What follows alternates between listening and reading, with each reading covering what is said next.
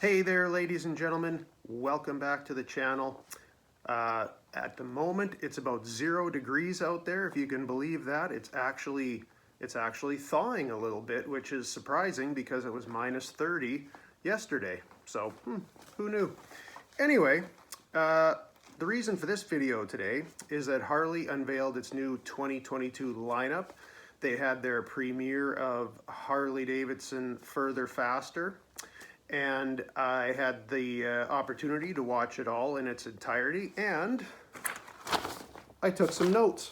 So I'm going to go through it with you folks. If you haven't seen it, I'll let you know what to expect, and I'll let you know what I thought of some of the new models here. But anyway, enough of me yapping about that. We got a lot to get to, so let's get at it. So the entire video that they had was basically 30 minutes long in its entirety. My biggest takeaway from it overall are the ST models, and we're going to get into that.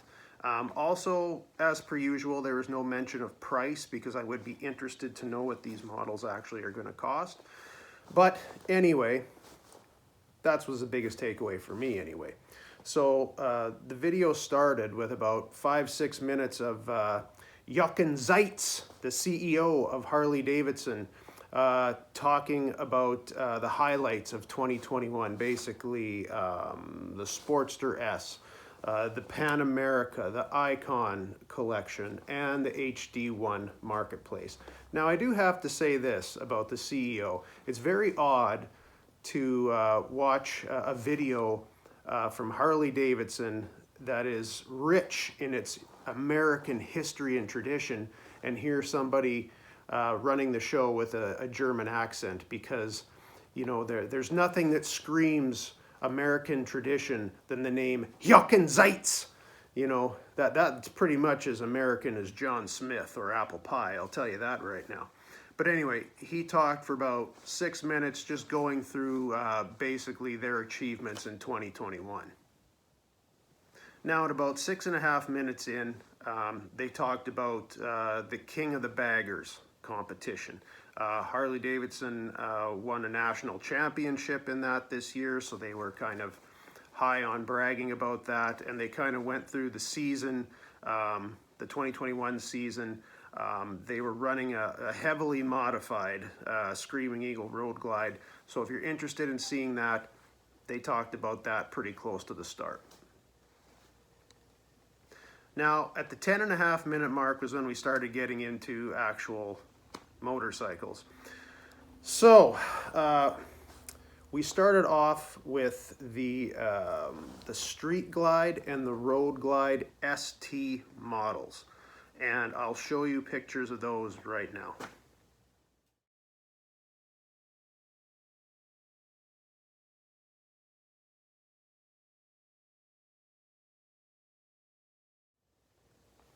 Now these ST models, they're being called basically production performance baggers.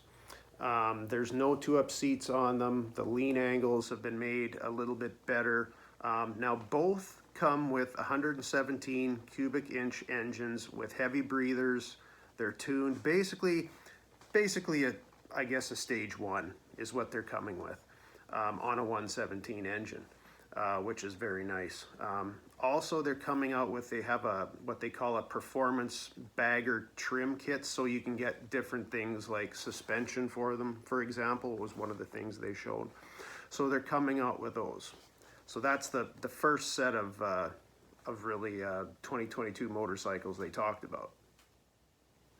At about the halfway point, I got down here about 1430 mark, they talked about the CVOs. Now, CVO, for anybody who doesn't know, I imagine just about everybody will who watches these videos, it's their custom vehicle operations. So these are basically their premium models, and believe me, they come at a premium price. So what their lineup is this year, they've got a Road Glide, they've got the Road Glide Limited, the Tri-Glide, and a Street Glide. And I will put pictures of their lineup right now.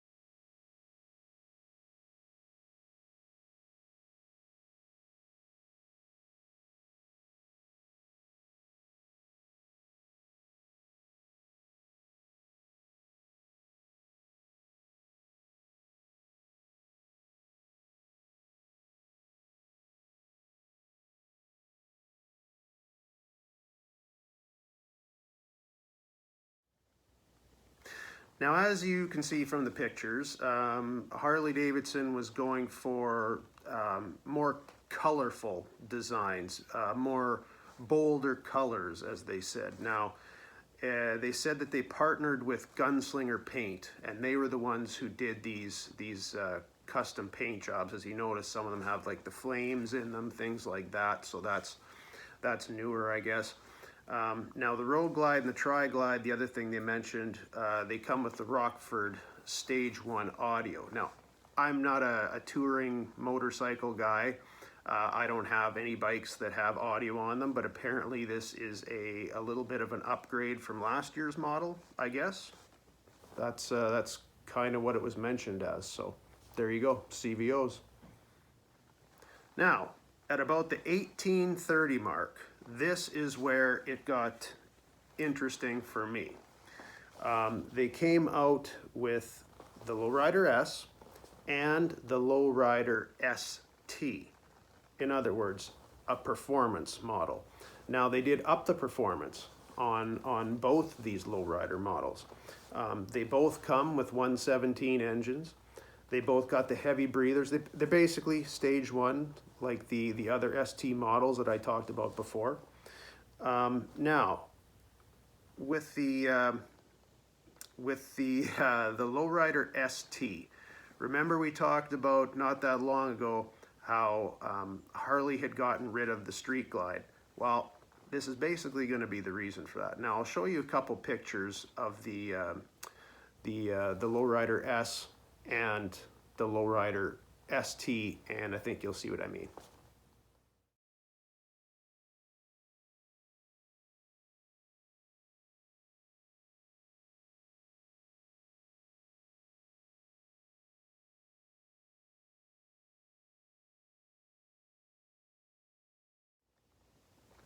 Now, the Lowrider S doesn't seem like it changed a whole lot in styling necessarily, other than they've moved the instrument panel from the dash. It's now up on the risers now, so that I guess it was a complaint that customers had, that they had to look down at the dash. Now they don't have to look down as much.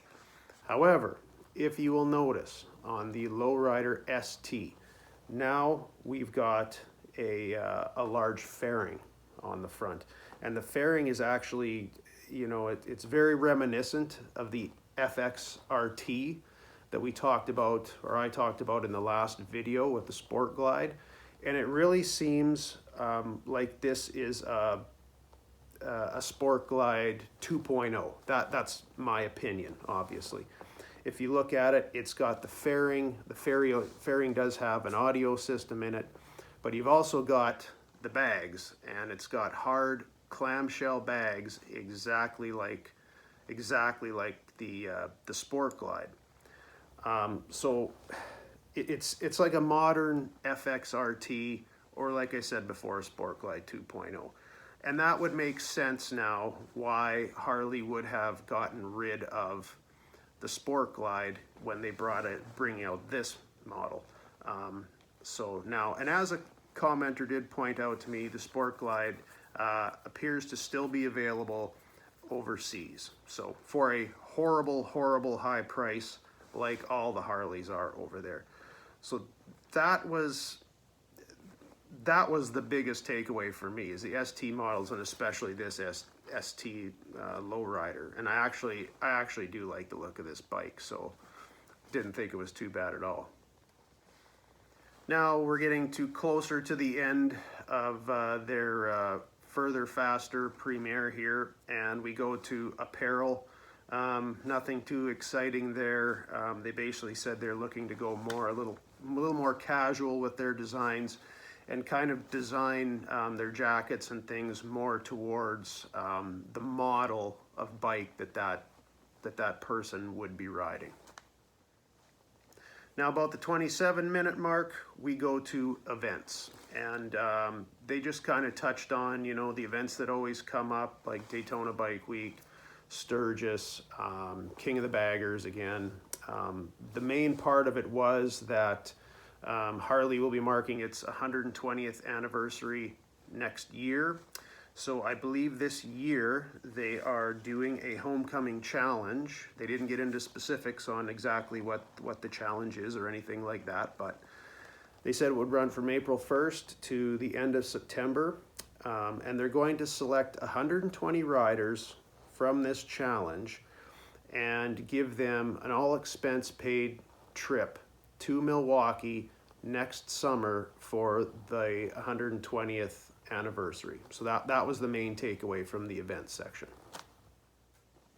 And now we get to the end of it. And at the end of this premiere was Mr. Zeitz again talking for a minute or two, basically about 2022. And he did have to say that there was going to be another chapter in the Sportster story coming up in 2022. So for anybody who thought that they bastardized the Sportster to begin with, get ready, because there's more on the way.